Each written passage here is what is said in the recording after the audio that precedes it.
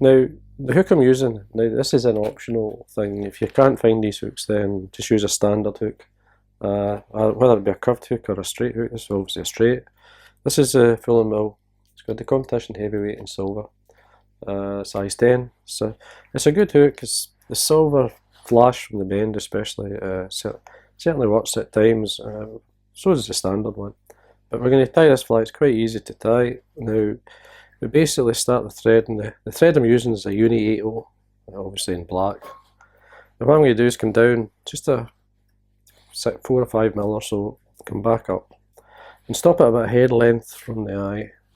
Now I do get asked questions when do I put breathers on. You can, like in this pattern, it's easy enough to put it on at the beginning to help. So obviously it helps to get a taper in the fly.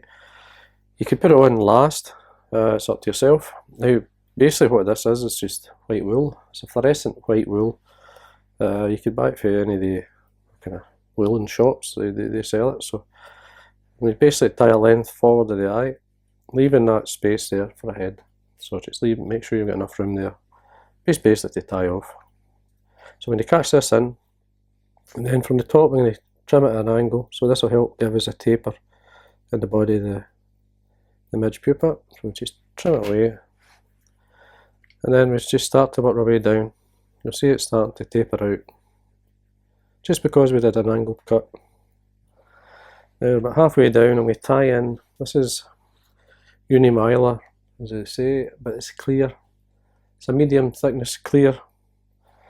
It's a plastic. It's great for Midge Pupa. I like using it. So we're just going to catch this in and the way down.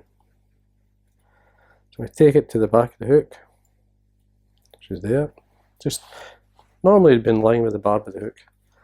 Now I've got some dyed black. This is pheasant tail. Just cock pheasant tail dyed black. This is going to be our body. So bring it out. Now the tips, as you can see, 1 or 2 there are broken. So what I'm going to do is just line them up. Just catch them in as close to the tips as you can, and work my way up. All the way up to the beginning of the thorax, and then we just wind. Now I'm going to wind the pheasant tail the opposite way. I wind on my rib and even my thread, so this way you'll catch in more fibre. Just work your way up, just slightly. You can come over the done before slightly just to build up, get a nice taper in the fly. So to tie it off you have to go across the pheasant tail fibre, and turn onto the hook. Do the same again. Basically what you're doing is locking it in for, basically because you're counter winding towards the way you wind your thread, you're going to unscrew the fibre, so you have to lock a turn in by obviously doing a turn onto the hook. Your rib, it's a clear, gives that very glass-like look that you get in Midge Pupa, especially these big ones at the beginning of the season, like the grey boy and so on. So rib up through. Trim away. Now the wing buds could be goose by it could be quite a few things. Holographic tinsel, it's tinsel itself. Very popular is obviously like a flexi floss, like this one. This is Sunburst. I bought this was white. It's a super stretch floss from Vineyards, and I've dyed it Sunburst.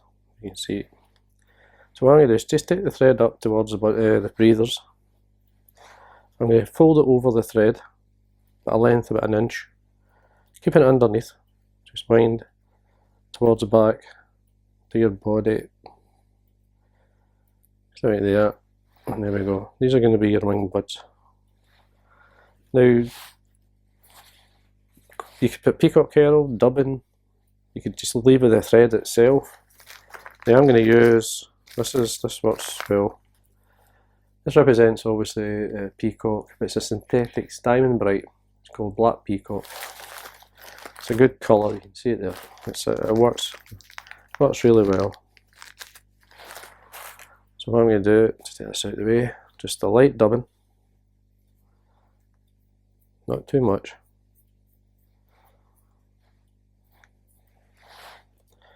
Just slide it up. You can tighten onto it as we do a turn That gives you an anchor point, so that if you've got an anchor point on the fly, you can twist to it. Tighten the dubbing up if you need to. And don't be shy with the thorax thickness. Midge Pupa, when they're hatching, the thorax is always very pronounced, so you've got to show that. And then we just simply, obviously we've left that space earlier for the head and basically to tie off the wing buds. So we've got the super stretch floss, which is bringing it either side. Just lift it up, and you obviously keep this long that you can actually pull the breathers back out the way. Let that go, just take your time. Just go back in. So just bring it to the front. Roll your breathers out the way. Keep a hold of it, not too tight because you don't want to stretch it out too much because you'll lose your wing buds. Just 3 or 4 turns, just to see how we're sitting and where it is. At this point you can obviously move it around before you tighten up. If you're happy where it's sitting, then just tighten up again with 3 or 4 more turns.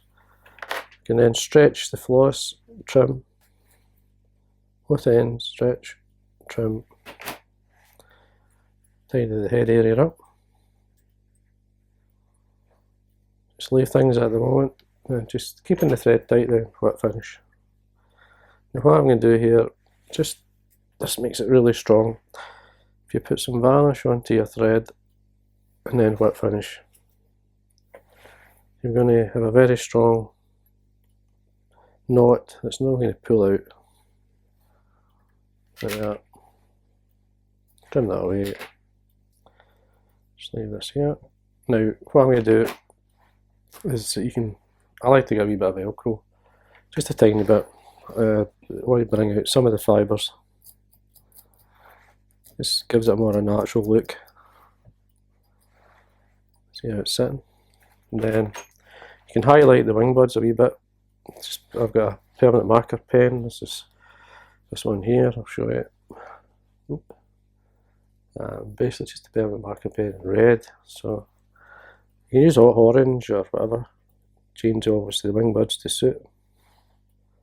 Just touch the back. Careful because it will travel slightly. Just give it a second, and then we can trim the breathers just off the front of the eye of the hook. What I usually do is pull them forward of the eye, come in, straight cut, line with the end of the hook, trim, and then we just tap it, fluff it out. If you don't like the breathers, just leave them out. If you don't like a straight hook, use a curved hook. It's up to yourself. It's a very simple dressing. Nice pattern.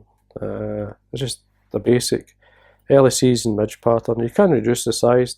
This is a size 10. 12s are good. But this is probably a fly I would put in the middle. If I'm fishing 2 or 3 flies, this would be in the middle. And then I would put like a slick version, maybe something like this, in the point where it drops a wee bit quicker. But you see, it's very simple to tie. So I hope you enjoyed that. So see, certainly the silver hook works. Try it if you can get hold of them. These are the full mill, as I say. They're a very good hook. But if you can't, just use a standard one. So I hope you enjoyed that, and thank you for watching.